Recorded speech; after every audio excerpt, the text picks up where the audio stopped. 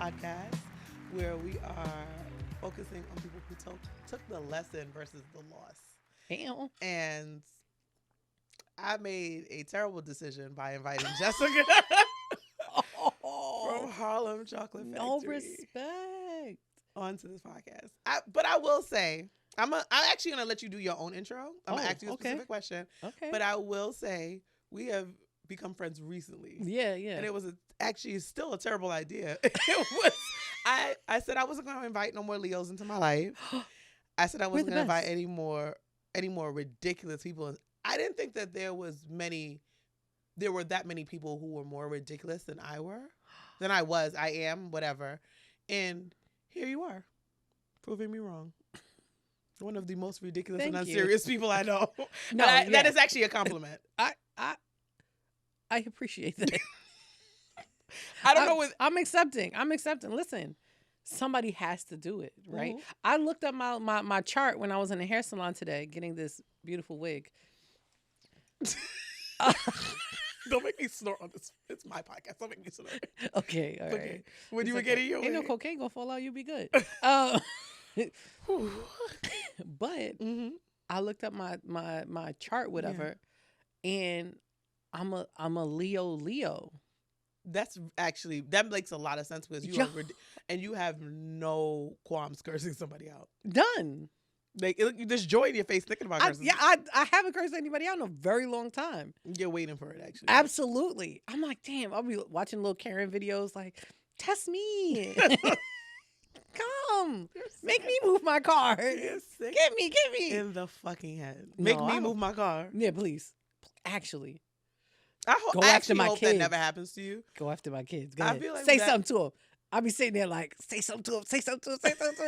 I hope it never happens to you because you're going to be on the news. It'd be great. You think it'll be a good promo? Absolutely. Yeah, black people would rally behind you yeah. What? 100%. All right. Let's get this started. Let's actually get to the point of the podcast. So I want you to introduce yourself personally and professionally. Like if somebody asks, who is Jessica? What would you answer? What would be your ideal answer? That is the biggest question I've ever heard because I'm still figuring myself out personally. That's the first question, bitch. It's only going to get worse after this. Lord Jesus. Wow. I didn't even bring no textbooks with me. Okay. Just go. Listen, personally, I am on a journey of like self-discovery and figuring out what parts belong to me and what was put there.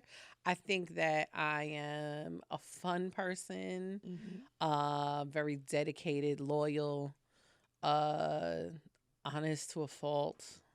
And I'm here for a good time, not a long time.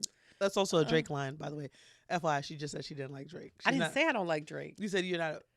I'm just like you was like on your third quote song. I really do enjoy Aubrey. I understand that, and I was just saying he just leans a little bit too light skinned for me. Okay. As a light committee member, my vote goes toward like, let's take him. Yeah. You want to get rid of Drake? I don't want to get rid of him. I just want him to sit down for a season. Okay. Or just if he took the braids out, would you let him? It's the braids. It's the braids. The braids just. That's where he went too far for you. It went too far. Okay. Right at that very moment, like at that last when they dip the ends, because I feel like he's dipping the ends, or it was either a dip or when they just took the little lighter out and they burned it. Okay. When the ends burnt, I was like, okay.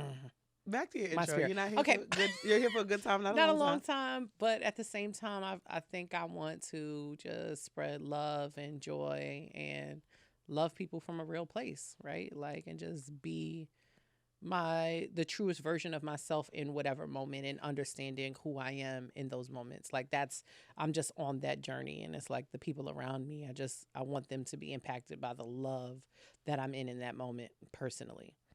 I actually love that. Thank you. That might be the most serious thing you've ever said to me. I'm a serious ass person too. Also, people be saying I'm joking. I'm dead serious about 99% of the shit I say. Yeah, it just comes out unserious. It feels like it's not, but I'm like... I know. I actually know you're serious. I'm actually being dead ass serious. We be on the phone for 3 hours laughing. Every single time. Serious. Yeah. And everything is dead serious. And still also a joke. I don't know how you actually I have no idea.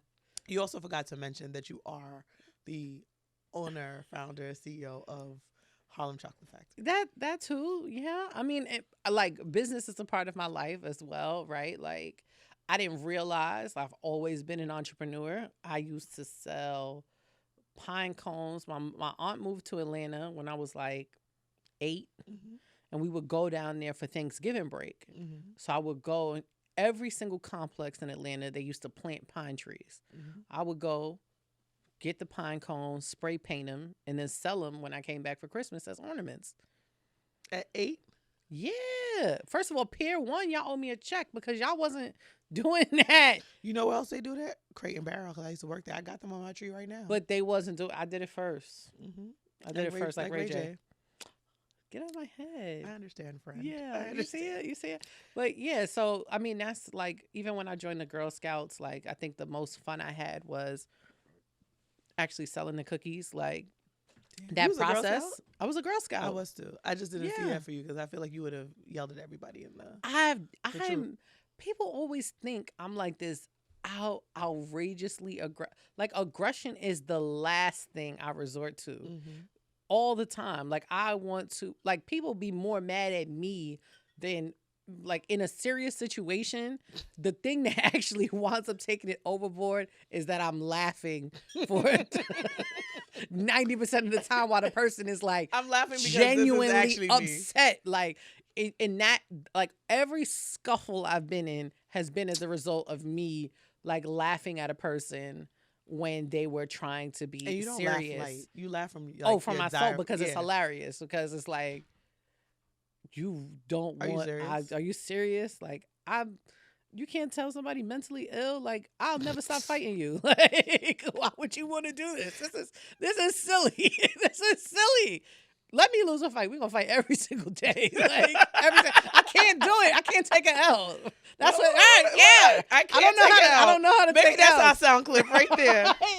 I don't know how. I don't take my L's well. I that's a journey for me. Like, before this time, especially younger, like, nah, like, a loss. No, I need help. Like, I'll think about it all day. Like, Because damn, yo, when she went left, I should have went right. Like, you would have thought about the fight for the rest of your life. for the rest of my life. Understandable. Yeah, I got like 3 that I'm like, all right, we 40. I can't go and, like, get her from her job. You know. I want to say something, but I don't want to. I don't want to say. I don't want people to judge me. I'm like, can you? You can't. Yeah, step outside from this Wendy's counter. All right. So let's go to the openers because not you telling these people to go work at Wendy's, and there's nothing wrong at working at Wendy's. First of all, McNuggets are not McNuggets. crazy. The spicy First of nuggets all, are delicious. Wendy's Wendy's also got the best spicy chicken sandwich. You heard it here first. got the best fries. They do. Wendy's got the best fries. They do. I wasn't Wendy's like, over I never everything. ate a lot of fast food growing up, but we was allowed Wendy's. Wendy's was like, Yeah, Wendy's was the only one the West Indian parents let me have. same. Yeah, Something about yeah. Wendy's. No Not McDonald's. McDonald's. Don't do the accent because you know how you piss me off when you do that. All right, our openers. So you got to. I have 3 questions for you. Okay. They are completely unrelated to Okay. like anything Life. serious. Okay, good. You have to rap one song for $1 million, word for word, perfectly, pitch, all that. Everything. This is gonna make me look bad. You think that you have a look? You just said you think about fighting bitches. I don't know. That sounds crazy. That sounds crazy. What Is is the it? world You gotta ready say to it. meet me? I'm gonna whisper it. Akinelli, put it in your mouth. Akinelli, put it in your mouth. Or Uchiwali. I didn't know which one of the two. I could, yeah. Honestly, It's outrageous. I learned that song really young. Like, my mother loved the song, right? And I didn't know what the hell I was rapping, but I learned it very young, and it stuck with me. And then as I got older and understood what the fucking song was, I'm like, gotta this have a lady conversation is with your mother. crazy. I will say one of mine are going to be mine would be Sucking a Knot, so I can't. Oh, there you go. You know, I'm not too far fetched. Or some cut, Troville. Yeah, I was on the South a lot, so like, It's all right. yeah. Oh, you Way Youngbloods. I got a few. You really? I almost told you a rapper right now, but we don't got that much time. I was going to make you rap that shit right the fuck now. But we don't have that much time. All right. Second question. Top 3 R&B albums of your lifetime since the day you were born to Since now. the day I was born. Yeah. Yo, somebody just asked me this. This is crazy. That's my favorite question. I've been having a mental war about this. Okay. Usher 8701. Where is that? 087? 8701. 8701, yes. It's 8701. 8701. Okay. Maxwell Urban Hang Suite. Okay. Lord. It's that last one that So like you like 8701 over Confessions? Yes. You want to know why? Yeah. I was studying to be a DJ. I told you I've had several hustles. Like I've always been an entrepreneur. Mm-hmm. I had several hustles. I loved music, and 8701 I got on vinyl. It was like one of my first like R&B. I had like a lot of hip hop records and everything, and Usher's 8701 I got on vinyl, so I know that whole album back to front to back, and the beats and everything. Like it's still, I think it just brings me joy, like listening to it, because I remember those moments, like trying to learn how to scratch and trying to learn how to, blend and everything on that album. And so, do you still DJ? No, I don't. I was a horrible DJ. I was like, you want to DJ my party next weekend? No, I suck. Oh, okay. Yeah, no, I suck at it. Do you make playlists at least? I also suck at that. Yeah, you weren't gonna be a good DJ then. No, it was horrible. Oh, okay. It was horrible, but I have an affinity for music. Okay, right? So like I can listen. Yeah, let me try. That's what I do. Yeah, no, I'm gonna jump out the window kind of girl. Like I'm literally the exact opposite. So it took me 5 years to start this podcast. We talked about it that time. So yo 5 years. 5 years to start this. But anyway, but that's what happens. And my last album right now, I have no. I'm gonna let you simmer on it. We just do because we still got. Okay. I still got one more opener question, and we got. I've been giving people the option to finish because nobody actually knows what that third one is for them. So you're not alone.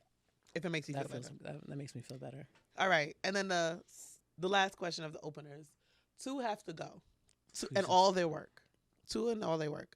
Usher, Neo, Miguel. Well, I didn't finish. Sorry. Neo writes for Beyonce, bro. Okay. It's okay. There's other writers. Now you may forget Usher, Neo. No, I have to look at my notes. Sorry. So, Usher, Neo, D'Angelo, Miguel, Chris Brown, Trey Songz, Frank Ocean. Neo.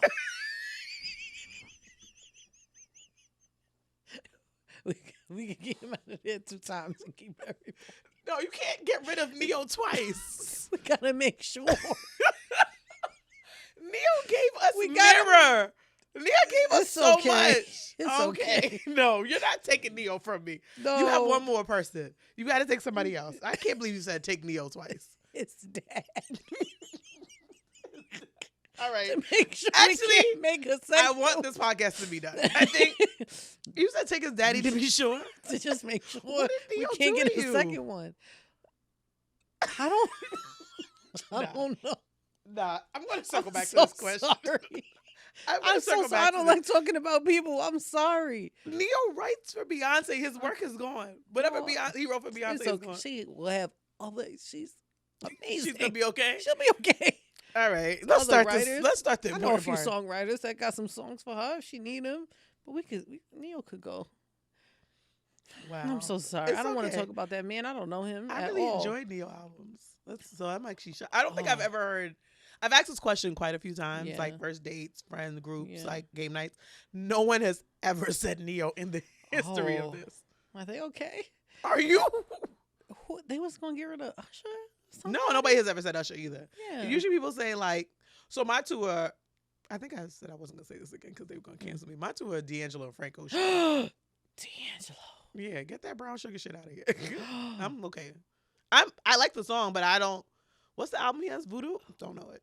First of all, what's the album he has is crazy. I'm going to definitely pray.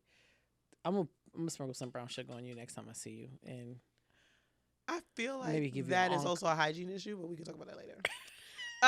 Okay, so you told us who you are. Yeah. You told us personally. And my mom, I'm sorry. I have been training myself out of defining myself through my parenthood that I'm now having to retrain myself to say it. But I'm also in this new life that I'm living, becoming more protective of my kids because motherfuckers is getting real weird. So like I've had to stop posting my kids on the internet. They've been weird. They've been weird, but I never they have now the access to be weirder. I never got attention, and not that I do. I'm not like a popular person or anything like that in any form, but for me to not be popular and for people to be doing this level of strange shit is like concerning to me. Like I couldn't imagine somebody who has like true notoriety, but like people coming up to my kids on the street, stopping them, trying to talk to them. No, that's like I don't want to shoot nobody. Okay. And it's like, the Popeyes lady ain't the only person that carry biscuits. Like, relax. Like popping up on my children that's weird. We'll talk. I'm gonna ask you about your kids later on, but that's why I feel protective. But then when you was like you talked about yourself and I didn't mention them, I started feeling like, oh no, like I feel like I have to say it, but at the same time, we won't mention their names. Becoming like more like protective of them. Yeah, like because like people doing real strange shit. And I'm nobody. Like no, not like that, but like you're not nobody. You have a little bit. You have a lot more visibility. You literally just did a Forbes interview in November. Okay. All right. There we go. Okay. But at the same time, don't like it's just strange. No, they shouldn't be doing anything with your kids. But you still have more visibility. Like a person ran down on my son in a mall upstate. Like ran down on my son and like he saw like one of my friends posted my son in his clothes or whatever. Shout out the bakery. And he's like, oh, I saw, the owner of bakery. He's like, I saw Chio posted you before. Yeah, I was saying I know Chio. And I'm like, why would you run up on my child? Like my mother was with my kid. I wasn't even there. And to be clear, her son is not an adult. Like you're gonna run down on a 10-year-old? Like that's strange. Like it's just really weird. Like people are strange and they do weird shit. And after that moment happened and somebody else had like run up on my daughter and it was just like a very strange interaction, I became like more like structured about like not posting them too much.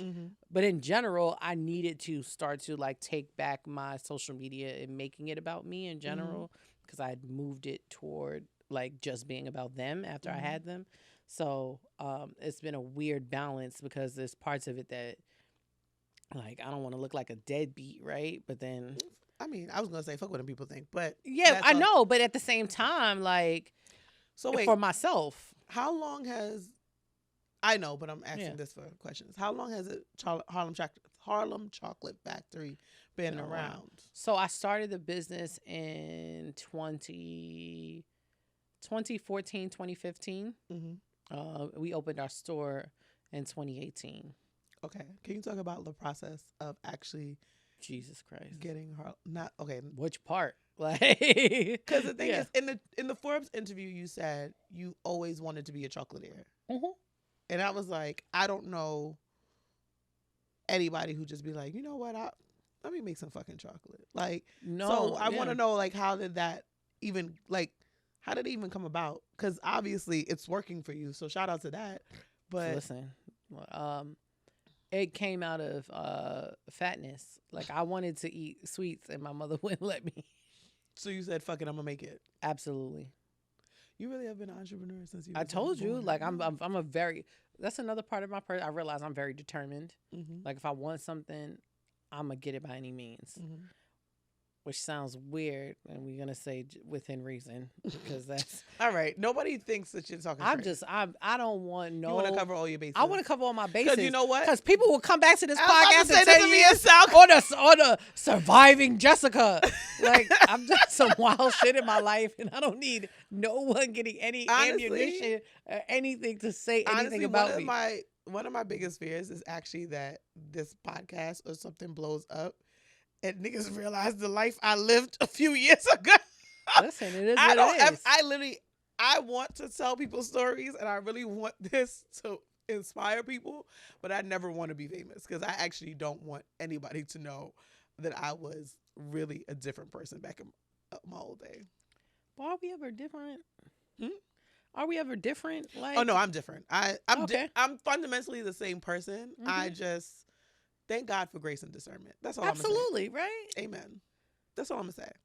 But so always wanted to be a chocolatier. Yeah.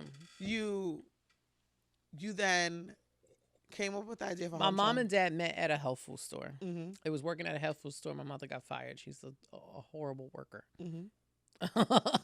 She also has that entrepreneurial spirit, right? Mm-hmm. I didn't realize it. I was actually raised around multi levels of entrepreneurship. Nobody was just calling it that. Mm-hmm. It's like, oh, this is a store owner, a clothing owner, like one of my mother's best friends growing up on Mashoud, which is right around the corner from Carol's Daughter. Mm-hmm. I was growing up going to Carol's Daughter, getting stuff down the block from Cake Man Raven. Like, it was all these things that were happening around me all the time. But and then hustlers, all like that is a very real element of entrepreneurship, at least in our community. Like, and it just became this thing that I was always around and always doing that kind of, I think, really influenced like a personal kind of lifestyle for me. And the food aspect of the chocolate was really literally about me trying to make sweets to allow for my mother to allow me to eat sweets. My dad died when I was 2, and she kind of went off the deep end on the, like, he wanted you raised health conscious. It was giving Dr. Sebi, Ezekiel bread. Like, it was giving that. I didn't even know about Ezekiel bread growing up. I didn't find out until maybe 5 years ago, 6 years ago. Cereal was grape nuts. If you never had a grape nut. Oh no, I'm West Indian. We put it in our ice cream. Yeah. I wanted Fruity Pebbles. Oh yeah, no. I still eat. I didn't even grow up on vanilla ice cream. It was rum and raisin grape nut. Yeah. And I still love it, but also no, I shout out to you. Everybody else was eating like the marshmallows and shit, and I was the only one eating grape nuts and oatmeal. And I wanted the thing on the TV, the Saturday morning cartoons. Mm-hmm. All those cereals was very bright and colorful. Mm-hmm. Your mother might be West Indian on the line. Well, my mother was raised by a West Indian woman. Oh, okay, so that's that makes sense. Like this is giving. Oh this yeah, is giving Caribbean. Yo, it's so crazy. Like, I try to explain to people, I had a major identity crisis growing up because I told you my father passed away. My mother had a difficult life growing up, and she wound up being adopted by a West Indian woman. And so my upbringing, when my mother moved to Harlem, my grandmother was in the Bronx. Mm-hmm. So it was just a little bit more difficult to get me up there. Mm-hmm. And then it's mad people who always need childcare services. So we have to find different childcare. And I was also raised by a woman a Puerto Rican woman. Yeah, I have had a lot of cultural influences, like, growing up, mm-hmm. like, and it gave me a major identity crisis. I didn't know if I was West Indian. I couldn't figure out why I was light skinned. I didn't grow up with my father's family, so I had thought I was Puerto Rican for a long time. Like, in that house, they only spoke to me in Spanish, so sometimes like an accent will come out. They're like, "Oh, you Puerto Rican?" I'm like, "Nah, I'm not. Just black." But it's that upbringing that just kind of. But that's also beautiful because you got a little bit of everything. A little bit of everything, and that like, I seen a slipper fly right in that head. I can't. Like, I know it. So like, I relate to a lot of my, like my West Indian friends and stuff like that, because it was in the house. I grew up in the house with it, right? It may not be a blood relationship, but you can't tell them that, right? Like, I'll get beat Everybody's just the same. Cousin. Everybody's our cousin. Yeah, exactly. And that's the house I grew up with. That's what it is. So, 2014, you started Harlem Chocolate Factory, but you did it through a program. Yes. Right? Yes. 2014. All right. You got laid off. I was already laid off. So 2014, I had just given birth to my daughter. Mm-hmm. my kid's father had like honestly like had a mental break, Mm-hmm. and it was just me. He was away for a few months, not like in jail, but like in his head somewhere. Mm-hmm. And I was like, yo, I have to figure something out. I've been like battling my landlord in court, like in New York. You Mm-hmm. already know the deal. Like, Yo. you're a nuisance. They want like a nuisance, meaning you want the things that you kind of like pay your rent for to happen. Like, like you want walls and light switches. Like when you want those things, you're a nuisance when you ask for them. And I think it's a wall. dead serious No, I though. believe it. And so I wound up like fighting them. I was like fighting and battling them in court. I had like maybe like 3-4 months where I didn't even have access to my apartment. They tried to do like an illegal lockout, just trying to stress me out so I would walk away from the apartment. And I'm like, nah, y'all The going to get determination came back. yo. And it really caused that because like after I had my kids, after I graduated from college, like I was really lost. Like when I went to school, I just thought like I was gonna always just turn into some mogul, like by happenstance, right? Mm-hmm. Like I don't think my family knew how to accurately translate the work involved in like getting there. Mm-hmm. It was just like it felt like it was supposed to happen like magic. And when it wasn't happening, I felt so lost, man. So I became a mom. I had one kid, then I had another, and nothing felt like it was gravitating toward me, right? Like nothing's paying the amount of money that I felt like I need to survive. And not even just survive, like I'm a expensive person to Mm-hmm. myself. I stress myself out. Mm-hmm. And it was just a difficulty in trying to figure out how to make that work. So when I like my back was against the wall, like I got two kids I have to provide for now, like this person who was like providing is gone, Mm-hmm. and now it's me. And I wound up like getting this part-time job, like working for this other entrepreneur, and she ran into some difficulties and her business wound up like closing while I was there. And it was already Mm-hmm. kind of like on that trend. But in being there, her transparency with like what she was going through let me know like she was a real human who was an entrepreneur. And it brought so much humanity to entrepreneurship rather than this like kind of mogul status of like, Lisa Price at this time has sold Carol's daughter for hundreds of millions of dollars. And all these people seem like giants, and Oprah and all these people. Mm-hmm. There weren't the supers and the Pinky Coles that you watch kind of build their businesses Mm-hmm. and grow their businesses. It wasn't that. You just kind of saw people when they was already at the top. Mm-hmm. And seeing that and being there with her and the transparency that she had, I thank her all the time because it's what gave me which allowed me the grace to do it for myself. Mm-hmm. And I joined this entrepreneurship like business plan competition, and that's the That's it. thing. Yeah. You still ain't bring me my truffles, but we'll I still- I We're walking- this was a big flop. we are. This was a walking big to flop because I Harlem was to- supposed to like do the Harlem Chocolate Factory without. But at this point, I feel like what I'm saying, you could just go.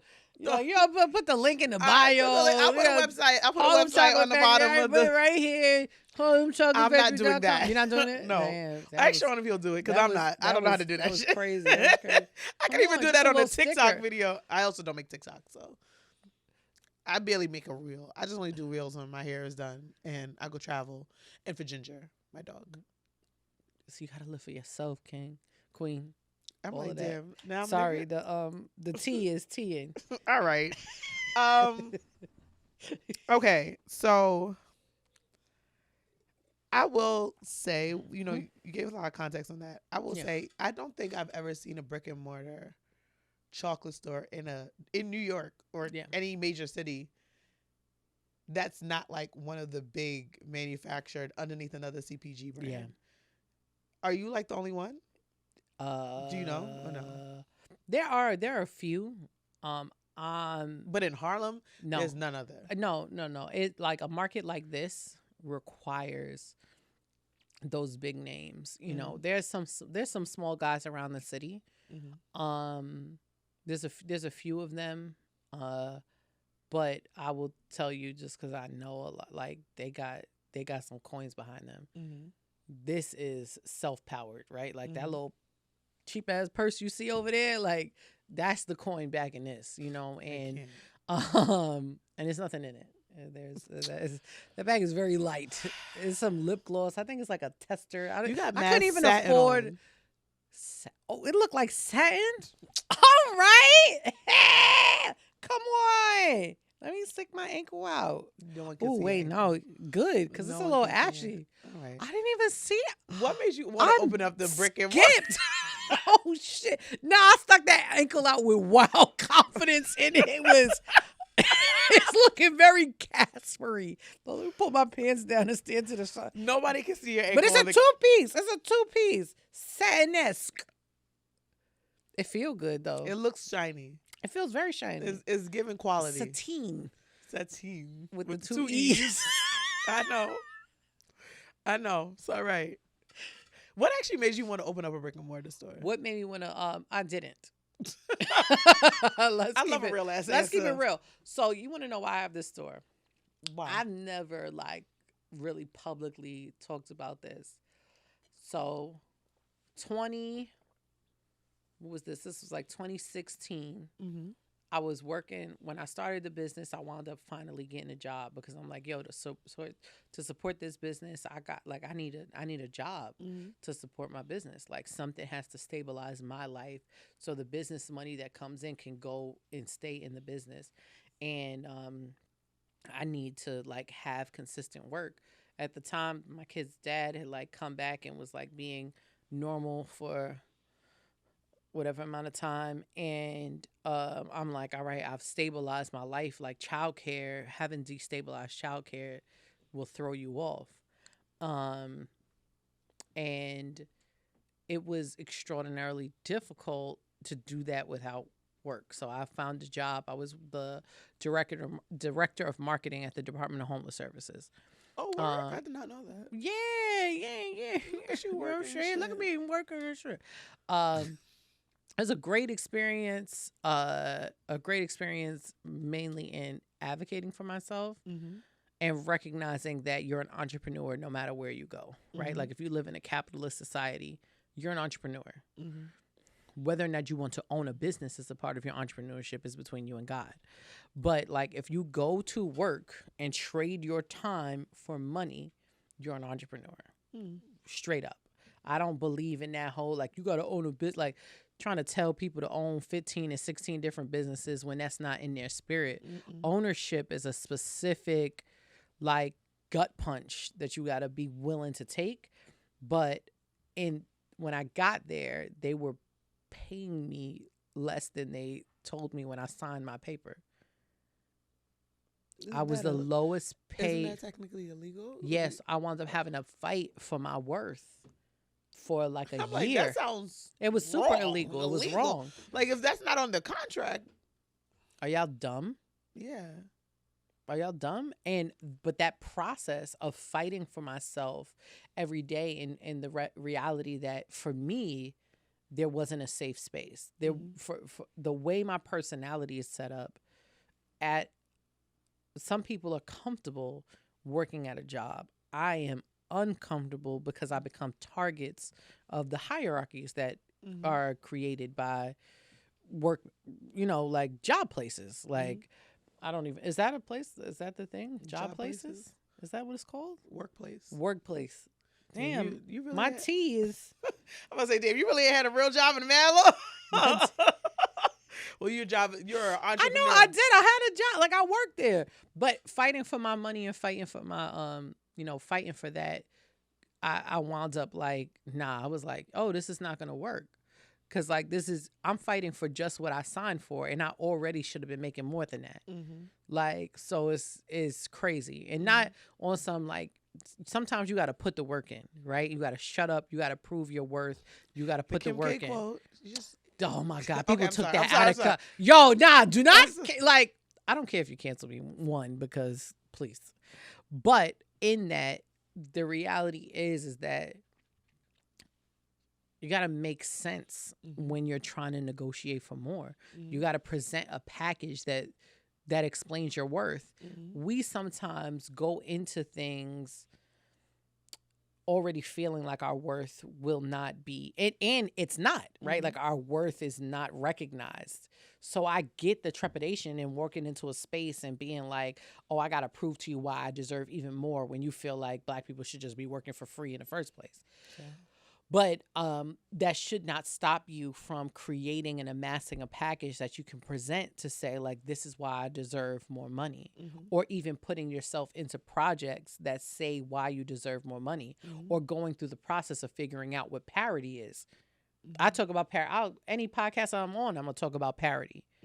Go check to make sure the person in your same position is making the same amount as you. Make sure. Because if they're not, you deserve a raise off that. Yeah. It's like, most companies will match the median of it. But yeah. But it's like a whole thing that goes into it. But that negotiation process, while I was also working at Harlem Chocolate Factory, was like, all right, I might as well do this full time, because like, at least all I got to deal with is customers. And I can put my energy out, gain a customer without this long-term, I got to fight you for my own money that I'm making every day. So, and I just felt like this idea was just exploding and going.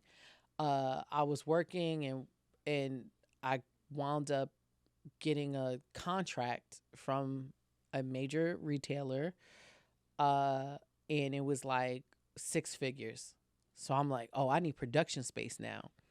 Work with the New York City Economic Development Corporation, the ops. Work with them for like a year trying to get production space, right? Like, and I mean, when I say they drilling me, they're drilling me. Like, are you Black? Because we don't want to give you a space, have you open up a high-end chocolate shop. Like, just because you're Black doesn't mean that you can't gentrify. I'm like, you have given 5 of your production spaces to people who are not even from Harlem. I'm from around the corner.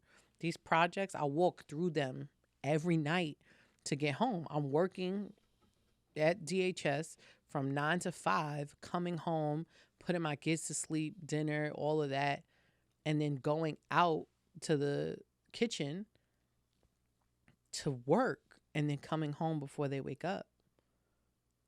Like, I'm from here. I grew up the block.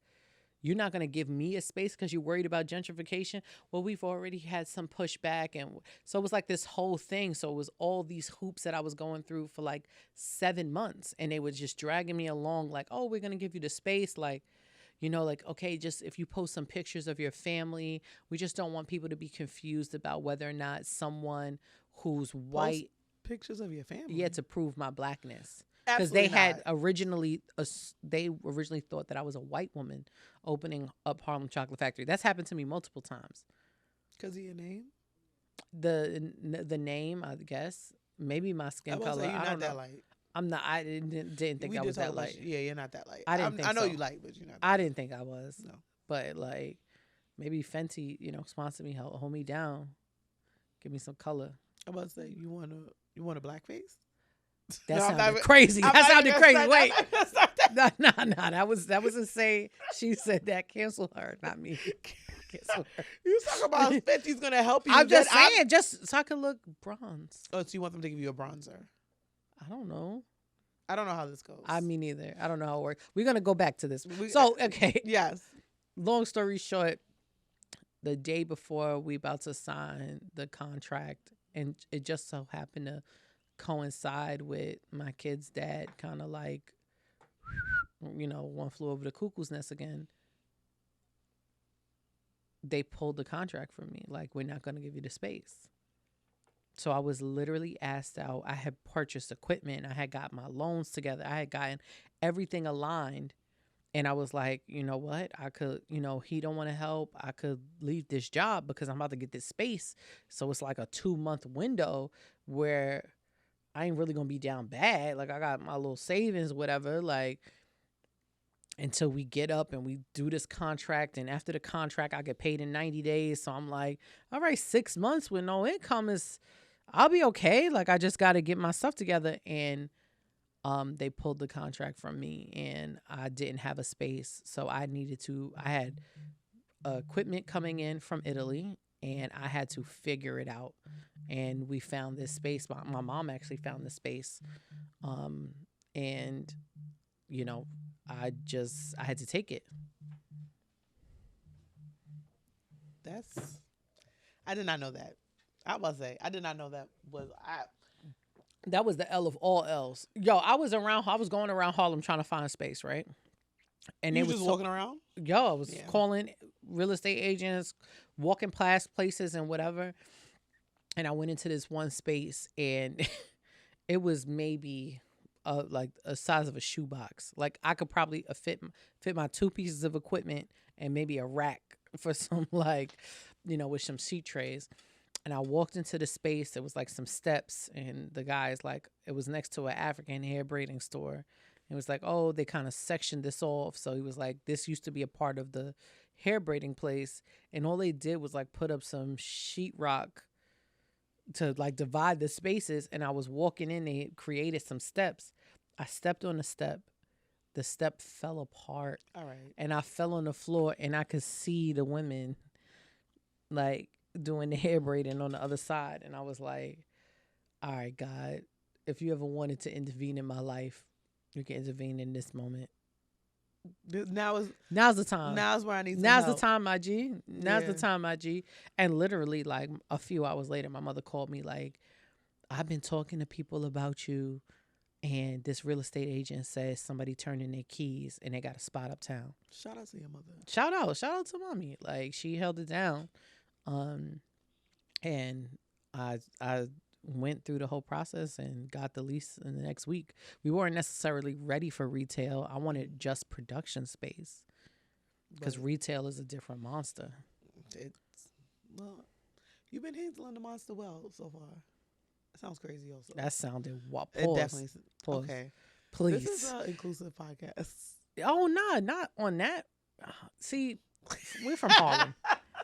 No, I'm never. Dying like shit. I definitely said pause yesterday. It's not about. I might have said it today actually. You know, we're taking the power from it. It's not I about. was gonna say something else, but this is not. This will go way longer than it needs to if we start going on our tangents. Yeah, but I'm just saying. Because this is exactly how our phone calls go. Mainly. There are some pieces we. I don't like being your friend. Anyway, so a lot of people don't. Obviously, I think it dropped like a bad habit. It's the Leo in you. It is. Yeah, Leos are shaky people. I ain't gonna hold y'all. I get you. I love y'all to death, but y'all shaky. Shaky in what way? Hold on. Pause. What's going on? We don't have that much time. Oh, damn. Okay, I get it. We can talk about this offline. Okay. So you've talked about a lot. Like I knew pieces, but obviously didn't know the extent. Yeah. But you talked about a lot. All of that. Which do you think was like the hardest thing that you had to deal with? Like, not even just all the different parts. Not even with Harlem Chocolate Factory. Like, just in general with life. What do you think was the thing that you were like, damn, this might be it. This might be what breaks me. I mean, the COVID shit was like, I was like, oh, it's over. Like, it's over, right? Like, we did what we could, like, because when the shop was shutting, like, we had shifted our entire business model to just, like, servicing the shop because we weren't able to go the retail route. Like, I wasn't able to, like, just be producing and then maybe scale out the products for retail, which is a blessing within itself, right? Like, I could never compete at grocery. And you shouldn't. Like, I'll use this platform right now to tell you, you're not supposed to pay $2 for a chocolate bar. There's a lot of slave labor attached to chocolate. There's a lot of, like, harmful ills that are done to people of color in the world of chocolate.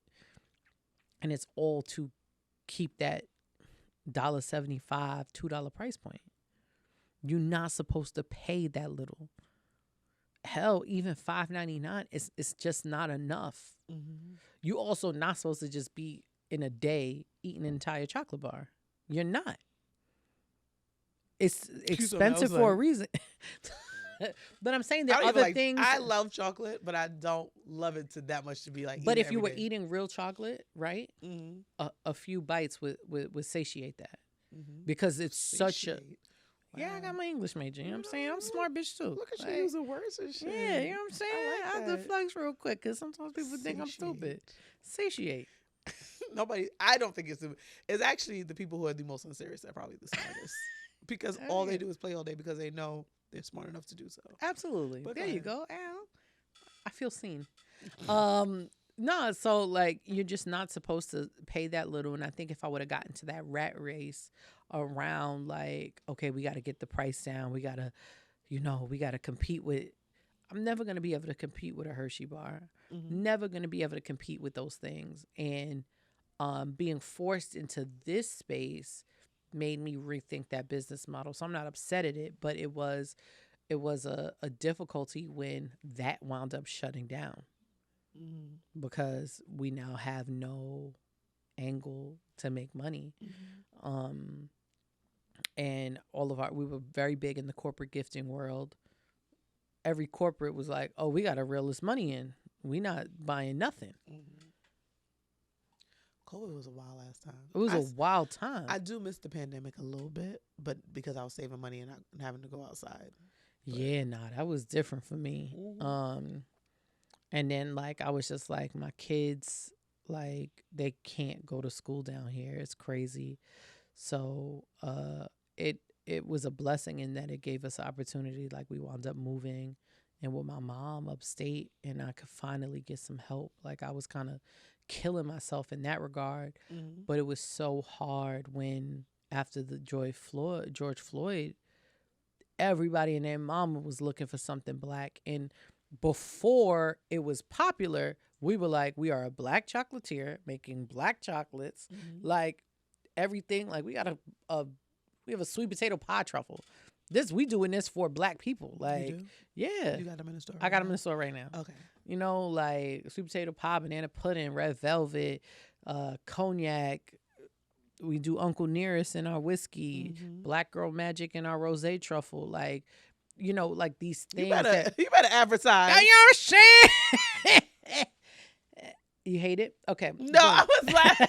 I was looking I saw the cameras go down on the screen and I was like, damn, are we getting infiltrated? I needed to know what was going on.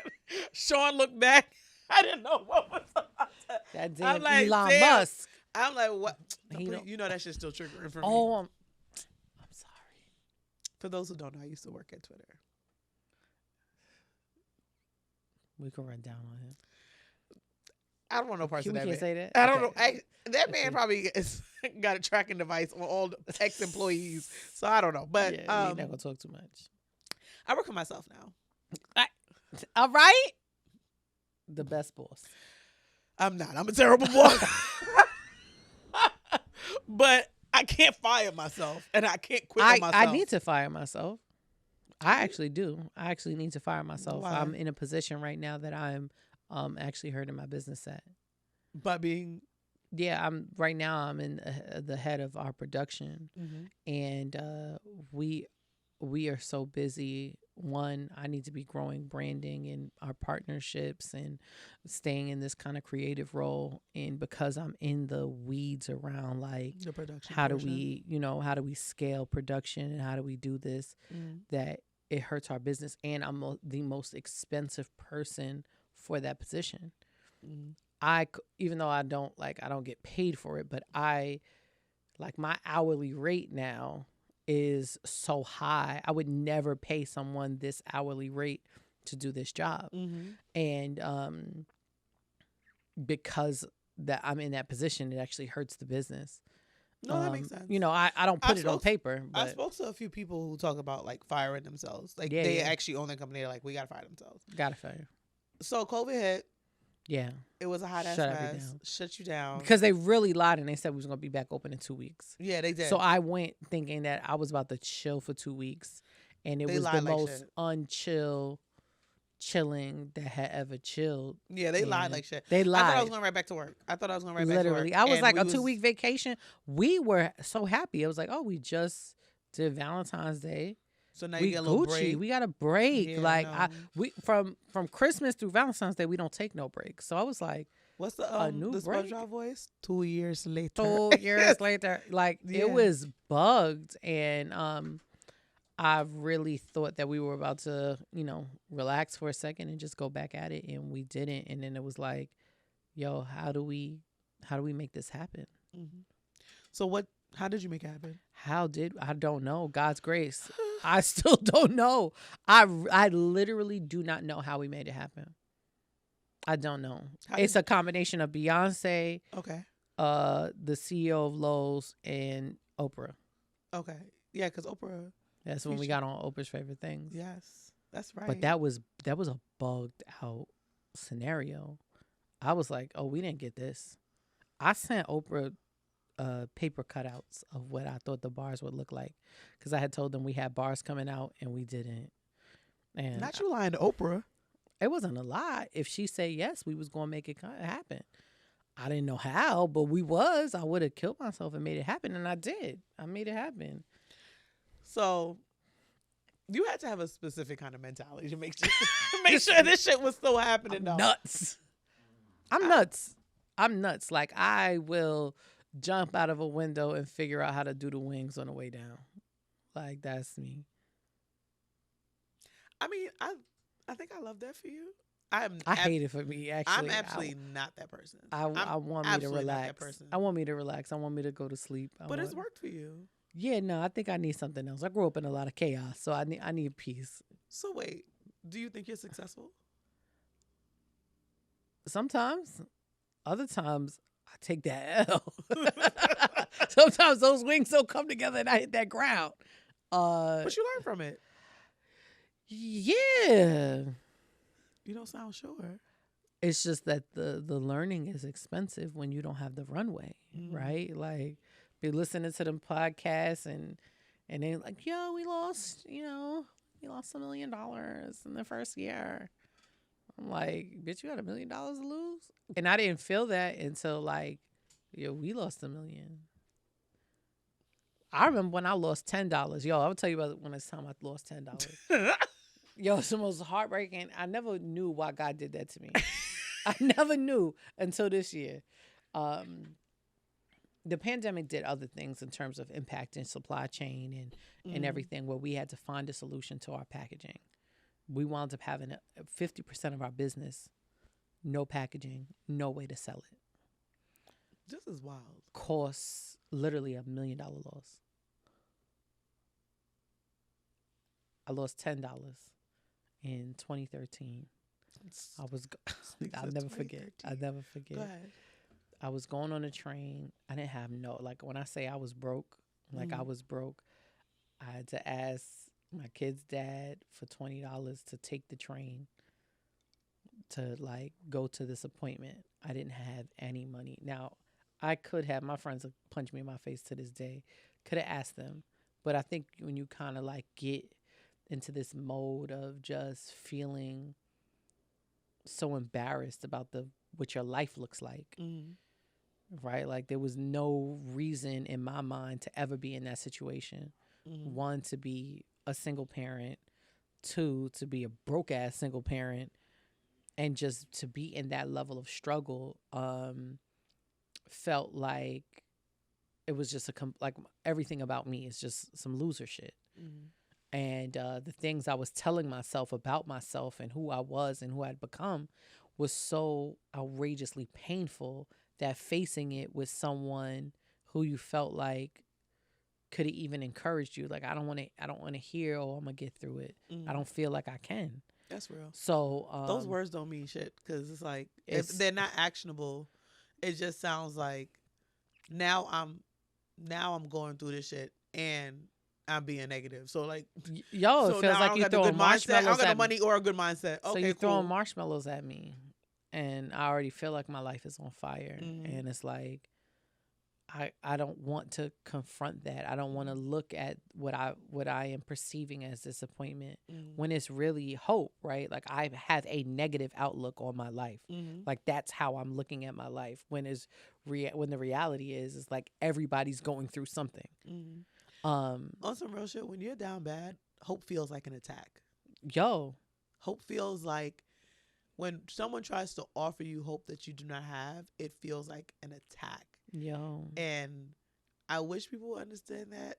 I wish people would learn to support people in the way they need support, but that's also I wish I would have learned how to even ask for what I needed. That's also a big part of it. Yeah, people want to help, but if you don't know how, they just doing what they can. 3-6 Mafia said to us, you can't save them if they don't want to be saved. Absolutely, and I was a hoe that could not be saved.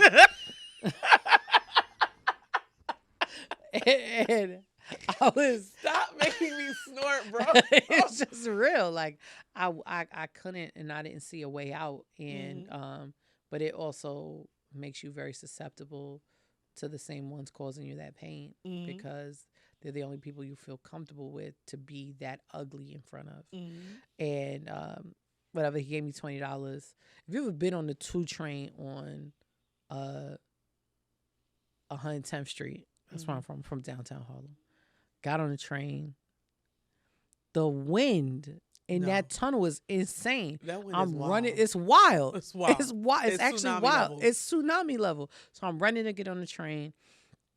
Brought my little Metro card with the $10. Had $10 left over, thinking I'm gonna get myself at least something to eat. I'm like fucking 6-7 months pregnant.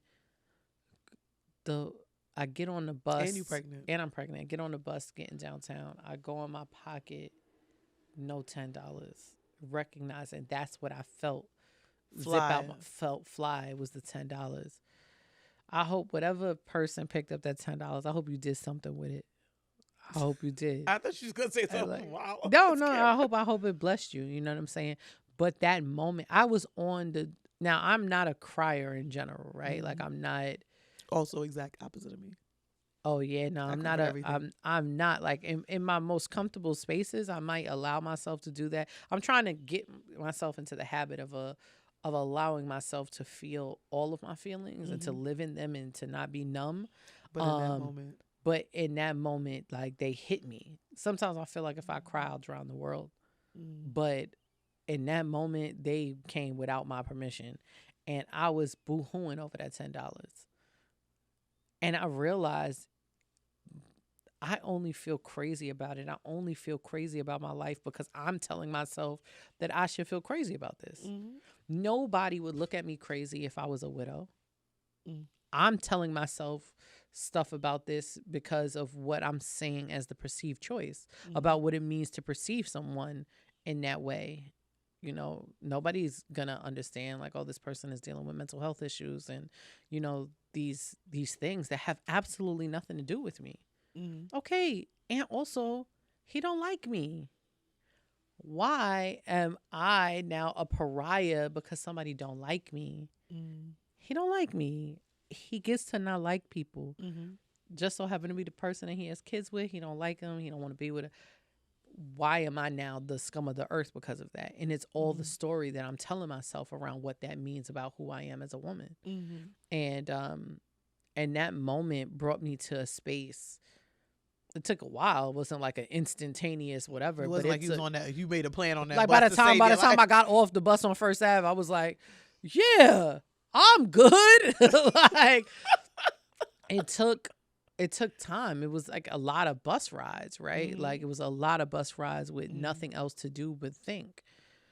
You know, like nothing but my own thoughts, like nothing but me in the time that I had to just go through how I looked at myself and realizing mindset was the determining factor.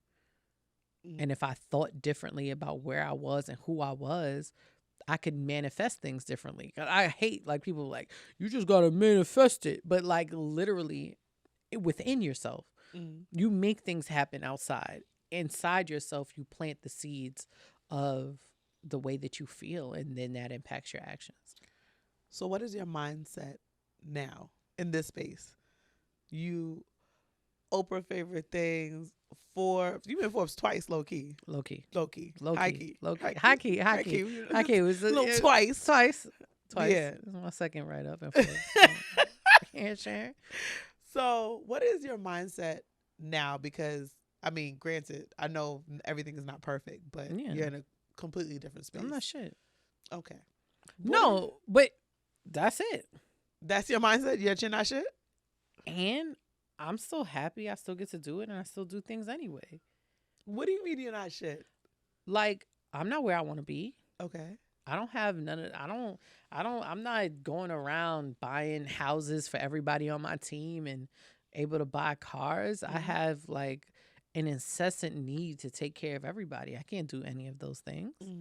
I feel like I'm here to keep Harlem Chocolate Factory alive. Harlem Chocolate Factory is another business. I want to take my kids, around the world and do all that. I want to do the big surprise at Disneyland. My kids are also bougie, so I got to do the VIP everything, and it can't be a regular $1,000 package. You need the super line. I need the super line in the on express and all of that, right? Like I looked it up. It's 10 stacks to do it the way that I want them to experience it, right? Like Disney World is. They're bugging, and to do all these other things. I don't got that. Like, I don't have it like that. Right. And I'm still happy. I'm still doing it. I'll get there eventually. Like, this is just time. That's silly. Like, those feelings of feeling less than because you're not at a certain point are silly to me now. Like, I don't even spend time on them. I get upset. I get hurt, and I don't stay nowhere more than 5 minutes. Like, it's like, like a bad vibe. Like, get out of here. Like, people too negative.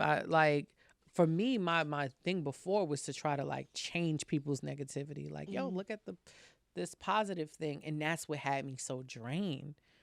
I'm pouring out of myself with getting nothing back, worrying why the bottom is falling out. And now I'm just like, this is what I got. You could come over here and chill with me over here in this. But you got to bring some positive vibes too. And so that's the thing. Wow. I really love that for you. Yeah, I love it for me too. It's been a joy. It's not always easy. Shit pisses me off. Shit hurts my feelings. I've had my heart broken 1,000 times. I'm just more upset when I participate in my own heartbreak. Like, Jess, you deserve better than this. And I'm not gonna start acting up in here, acting like we in church. No, it's a real thing. Like, when you realize how much a part of your own suffering you've played a hand in, bro, it'll change your mind around how you look at it. Do not stress me out a week away from my birthday. No, it's a real thing. It's a real thing. Of course, it's a real thing. Anybody broke my heart more than me. So but that contention be internal, and you spend so much time on the relationship with the other person because it was really the relationship with yourself that got you there. All right. I don't like you subbing me. Right no, I'm not. No, I'm talking about myself. Like, I know, but I'm catching a stray, nigga. That's what I'm trying to say to you. The fuck? Nuts. Catching a stray. I'm being totally on myself. No, but it's real. And I think that is a big part of what I also learned this year about, I don't know how to say this. Well, I do, but people play the victim a lot. They blame a lot of what they're going through off of other people, how other people show up for them, how they don't show up for them. And I was a big person in that. And then it just made me realize, like, a lot of people show up this way, or a lot of people are just terrible ass people. Don't get me wrong. Terrible fucking people. But that has nothing to do with me. Yeah. Like, and I internalized all of that. And that shit almost made me lose my fucking mind. Yeah. And part of the reason this podcast is even here, because I'm like, I was worried about a lot of what people would say and how I would show up to people in this. I mean, because be like, oh, here come another bitch with another podcast mic. And I'd be like, yeah, I don't give a fuck no more. Yo, listen. 3 people can listen to this podcast. Yo, we have a podcast coming out. It's a business podcast. I'm so excited. Yeah. I was gonna tell you to big it up at the end. But we have it's the same thing, right? And I think like my journey is like there's nothing anyone can say about me that's any worse than anything I've ever said about me. Mm. The shit that I've told myself about who I am, you can't beat that, baby. Damn. You guessing on the shit that hurts me. I know what hurts me. I've said it to myself. I know how to hurt my feelings better than you. You don't know what I've been through. Mm. So, everything after that is a joke. You don't know what you're talking about. Oh, you selfish. What you gonna do? Call me broke? I know. Like, I got a business I'm supporting. Like, but bro, the one thing you can say is you gotta say I'm not I've ever fly. heard anybody say that. Like, nobody's ever said, like, it's true, but nobody's ever said nobody can hurt you like you can hurt yourself. Absolutely. And I've done it, right? Like I think it's more than even playing the victim. I think, like, when you're in pain and you blind yourself to your healing sometimes. Mm-hmm. So it's like the things that you can feel, the tangibles outside yourself, when you already don't feel like you're enough inside, you grab onto those things. So it's like, it gotta be you. Ain't nothing even in here. It's a reality that you already don't feel, you know. Someone said to me earlier this year, and it fucked me up. And it was like, when you are always on the defense, you attract your attack. And I was like, yeah, that's real. Like, why would you talk to me like that?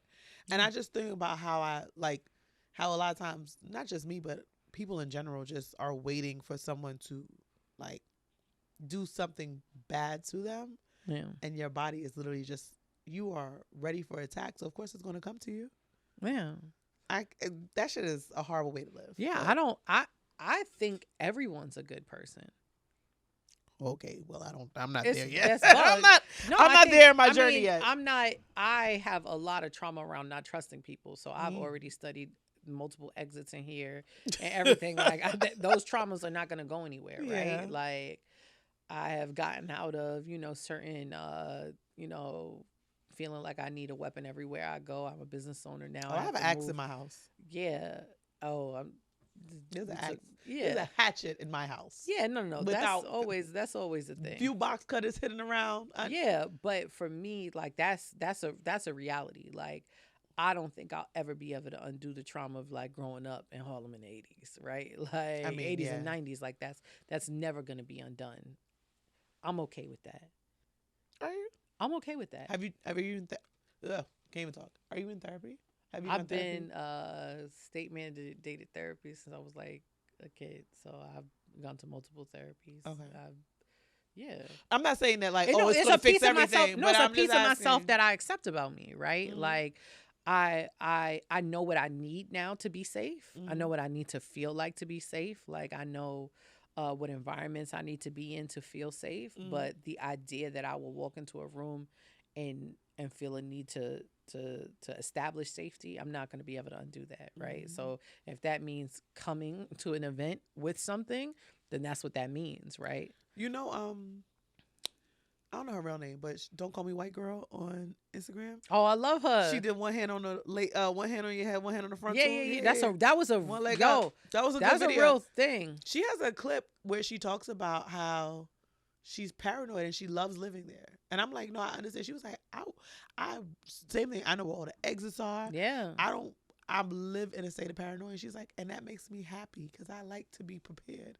And I was like, I never saw anybody put the positive side on paranoia. Yeah, you have to. Mm-hmm. Like, if you have to accept all sides of yourself, right? Mm-hmm. You have to see when it gets in your way, right? Mm-hmm. Like, there were times where it's like, nah, I don't want to travel. I don't want to go here. I can't make certain moves that could potentially bring me joy because of this. That's when it's gone too far. But, like, being aware of my surroundings, like, certain moves that I make, like, you gotta recognize, like, I lost a parent to gun violence. I'm never gonna trust you niggas. That's gonna be, and that has to be okay with me. Nah, but that's real. If you have found a way to be safe without actually being fearful, or like, I don't live in a state of fear. Yes, I don't live in a state of fear. The state of fear is the one that I think is. Yeah, I think fear is literally the root of all No, I'm good. like First, negativity. I live in faith, right? Like I live in faith. Like God is gonna take care of me at every moment. However, you're gonna help him out. However, yeah. But if that includes me running down, that includes me. He put that spirit in me, so it's that also. All right. So let us begin to wrap this up because we covered a lot. Jesus, we covered a lot in I don't even know what hour and like 15 minutes. Ew. With my wig on, look at it. Y'all don't be upset. Don't be upset. You could do this too. Go get you an appointment with Amy Cole at Adorn. If you could get on her book, maybe. I've never had a wig before, so I don't know how to act. I just got it installed a few hours ago, and now I don't know what to do with myself. I'm not even gonna hold you though. I've been turning around, like what? Like I've been doing the most. I'm excited for you in your wig. I am. I'm more excited for me and my blonde though. So. Oh wow! Shout out to Jamila Curry in the Bronx. She colored my hair. An amazing I colorist. don't know if you stunted on me just now or not. I don't know how to take it. So you got to take it as disrespect. Take it as disrespect. I don't know. I don't know. Take it, so I got to take it. I got to take it as disrespect. Understandable. All right. So final question. Okay. Top three. Top three. You don't forgot about the question already? No, I haven't. Oh, It's a battle I've been having in myself. Okay. And it's gonna be Words and Sounds, Jill Scott. Okay. Why Volume 1. It's a battle because it's like Sade, Rochelle Farrell, Angela Wimbush.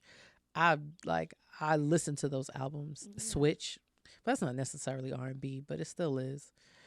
Jill Scott, listen. Jill Scott, Words and Sounds, Volume 1. Jilly from Philly is a different crazy. Person. Jilly It's from Philly crazy. Is, like, we need to protect Jill Scott at all costs. At all costs, actually. I love. I feel like a fake Philly native because I went to Temple, but. Oh, I grew up in Philly, low key. Okay. I'm not going to ask you about that because. Don't. Because the way you even made the face. I can't answer it on camera, but I spent a lot of time going to Philly as a kid. Okay. Going on runs back and forth. And so I went. Nigga said, I can't answer it, but I would say this after. Yeah. But grew up on a lot of Philly cheesesteak, Ishka Bibbles. I was the first bitch in Harlem with a Rockaway outfit when they opened up that Rockaway store off South Street. First of all, Ishka Bibbles is not even the real Philly. It's not. But I go to grew Larry's, but. Okay, it opens up, but a gremlin. Philly Larry's too. But a gremlin and an Ishka steak used to just kill. Come on, they've gone through some things, but if we're talking about 92, 93. Oh yeah, I didn't even know how to spell Philly back then. Like I did. Like I used to literally be in Philly regularly. College, yeah. I went to college Philly. Was what, 2003? Yeah. I went to Philly a lot. A Philly cheesesteak. No, I went to Philly a lot. I just thought it was a chopped cheese. And in 1999, they opened. Was like what was that 99 or 2000? They opened that Rockaway store. They opened that Rockaway store off South Street.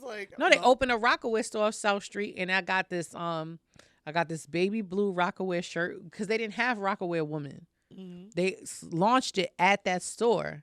And I got that tangerine. All my friends know they're going to watch this. And because everybody in Harlem started calling me Tangerine. I had a tangerine velour Rockaway tracksuit. Yo, people love calling people names based off of the color. Yo, everywhere I went, Tangerine. Niggas on White Plains Road used to call me Red back in the day because I always used to wear red. Yeah. But that's a different story. Oh, wow. That's a completely different conversation. All right, final question. You're exposing some stuff. Okay, cool. Final question for real. What are you most proud of yourself for? Man, I'm proud of myself for so many things, but I think in this moment, it's gonna be the thriving I've been able to achieve. Mm-hmm. Because for so long, it's just been about survival, mm-hmm. And now I'm pushing myself toward thriving, whether it's emotional thriving, whether it's, financial, whether it's thriving as a parent, which means the acceptance of my failures and my blessings, to be able to live in both, that I can release myself sometimes from my perfectionism, and live in those moments and just have those moments. Like, that's the blessing for me. I love that. Look, That's the part that I'm proud of. listen, and I love to see you thriving because you have been doing that. Listen, this year, so I almost died 2 years ago. It sounds crazy. Okay. This sounds crazy. It does. Stress. I lived in a state of stress. Also, Okay. like I started Harlem Chocolate Factory. I was living in a state of stress, constant stress. I have people who work for me. I have people who I'm responsible to. I brought one of my closest friend on as a business partner. Her life is now in my hands and making this thing pop. And I'm a very caring and like take care of everybody kind of person, which I'm learning to try to dial back. But like the need to like take care of everybody and make sure everybody's good is like innate to my heart.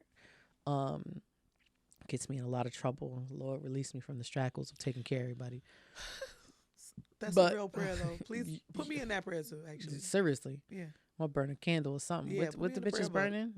Crystals, sage. First of all, I'm a fake hippie. We burn Palo Santo. We burn sage. We burn. Y'all picking up leaves resin. from Central Park. Huh? What happened? Finish your fucking. You almost died. You might almost die today. You keep playing with me in this goddamn podcast. What else? It's right after Oprah's favorite things. I'm in the house. I feel like my stomach hurting. It gets to the point where I'm like passing out. Like I'm in pain and I have a extremely high pain tolerance, right? Like my daughter had a C-section. I threw out my pain medication. I'm a single. Wasn't thinking. Okay. And I have been able to like move with pain. I'm in a pain that's stopping me. I finally am like begging, like I'm talk to my family. Like I actually kicked my mother in the head. She was like, sleep. It was literally, I'm like, she's on the floor. Like she just fell asleep on the floor. Like I got to reset my back. I'm kicking her like, sis, I'm about to, like your daughter's about to die. I'm about to die. And I felt it. Like I felt myself, like I felt my life passing me. And she looks at me like, she over here, go drink some apple cider vinegar and some ginseng. We passed that, girl. Ginseng? Wow. We passed that. Okay. I'm dying. And she makes my brother, once she looked at me, I was like gray. Like she looked at me. She made my brother drive me. They take me to the hospital. He drops me off. This is in COVID, though. Nobody's allowed to come in. They wheel me in. I pass out. I wake up. They're wheeling me to the operating room. They're like, we either have to take a part of your pancreas or like it seems like my gallbladder was filled with so many gallstones. It ruptured and my body was going septic. Nigga, what? Yeah. And they're like, we got to remove this right now. And the doctor's like, you haven't been in any pain? I'm like, to be honest, I'm so tuned out with myself. I don't know if I've been in pain. I'm trying to get the job done. Like, I have no idea if I've been in pain. Luckily, there was an issue with the pancreas. The gallbladder had to go. I got on the antibiotic and everything. And I watched the ball drop from a hospital bed in 2020, right after Oprah's favorite things, almost died. That is the moment that I was like, I probably got to address this mindset. So it's not by happenstance that I'm here and on this positive tip and positive vibe. I'm like, I really got to check stuff in my life. Like I got to check how I am and who I am, because it's going to kill me. And since then, like that's the result of what you've seen. I ain't got it figured out at all, but I'm just trying to live in joy and happiness and like self-love. And I don't want it to be because of anybody. I don't want it to be like, oh, she got a man, now she happy. I don't want that to happen to me. I don't want everything that I am to be dependent on. So much of my life has been dependent on other people, my kids, my family, everybody else but me. And so now it's me, and I'm buying little cheap outfits. It's not super cheap, right? This might have been $50, but you know, it looks good though. It looks great. It feels great too. Sateen, all of that. Yeah, but you know, I was gonna say something. Do you remember when Tyler Perry had the plays out that our parents used to watch, and he used to say that it's those two sisters, Polly and Esther, and when you rub it together, it gets hot. I thought I was the only one who remembers that. Yeah, no, don't. This is that. All right. So I want you to tell them no, feel it. Come on, feel it. Feel it. But it look good on camera, bitch. It look good on camera. No. It look good on Shut camera. this shit to- okay. All right. We are shutting this down because that is funny. Looks nice though. It looks nice. great. Looks And good on my honestly, skin. Think about it. It's wintertime. If you rub that shit up, it's like internal heating. Now I hate you. Okay. All right. So I want you to tell the people where they can find you. You can find me on Instagram at Jess of HCF. Follow my business page also, Harlem Chocolate Factory. We do have a new podcast coming out. It's a business podcast. Tell them about the podcast. You know, it's a business podcast where we just talk about like the real life of entrepreneurship. Like entrepreneurship gets very, very idealized. And you got people talking about, oh, I'm leaving my job. And in 6 months, you'll be right back at that job. And I think that you need to know probably gonna be me. what you, no, I mean, we're all entrepreneurs, right? Like we all have it. We all have the sauce. You just got to figure out how you navigate it. But we need reality to do that, right? Black people, we working at jobs. We're not being on a holistic level, not being paid what we're worth, having serious financial holes to get out of as a people, like our net worth and everything. People are turning to entrepreneurship to make that happen. This is a financial freedom play, right? Like, yeah, it's chocolate, it's all of that, it's love and everything. But I need financial freedom for my family. I need to release my bloodline. My children cannot go through this At all. Their Amen. children cannot. And so with that, we're turning to it, but we're not turning to it with all the info. And so what we're just trying to do is stop telling those highlight reels because Get that's into not the the nitty-gritty. exactly. So it's called Not the Highlight Reel. And it's, damn, yo, my dyslexia flaring up. NTHR pod. NTHR. Yes. It's at NTHR pod. Okay. On Instagram. Yeah. And when is it? What's the first episode? It's called, the first episode drops in January. Okay. Yeah, so. We will link all of this into Yes. the description. Absolutely. And where's Harlem Chocolate Factory? Harlem Chocolate Factory. You know, we have a website. You can visit our website, harlemchocolatefactory.com, or you can come to our store. We're located on 138th and 139th and Adam Clayton Powell Jr. Boulevard. It's a big sign that says Harlem Chocolate Factory. I'm going there right now. Absolutely. Because she owes me some truffles. Oh, damn. All right. So this is episode 3. Damn. Oh, I'm number 3? Yeah. That's a good number. I don't know what it means. It's the Trinity. Well, It's you like the a- hippie. It's like a You gotta holy tell. number. It's a holy number. Oh, yeah. See, I'm close Yeah. to God with my polyester on. So this is Take the L podcast. Episode 3. With my wig. With Jessica and her wig. I have Instagram. I forgot to mention it on the other episodes. It's Take the L pod on Instagram. Yeah. Wow. Okay. We're proud of you. The whole community. I had originally wanted to get you flowers and bring them here, so I'm gonna just have to get you truffles. You didn't bring either. I didn't bring either. Niggas said fuck both of them shits. I brought I myself. really You're lucky I even came, honestly. Fam. That's what you was about to say. I wasn't gonna say that, but it was happening in my mind. Yeah. Because today was crazy. I appreciate you making the time and you and your wig showing up. Absolutely. And thank you guys for listening. Oh, somebody could say like buy a wig to me now. First bitch that doesn't get slapped. So thank you for listening, especially through all this nonsense. And I'm a good I don't time. have a closing line yet. It'll come soon. But we're here. Thank you for listening. Don't That's it. forget, take your L. Pause. That's wild. All right. You know- Cut it off. Cut it off. I don't like you.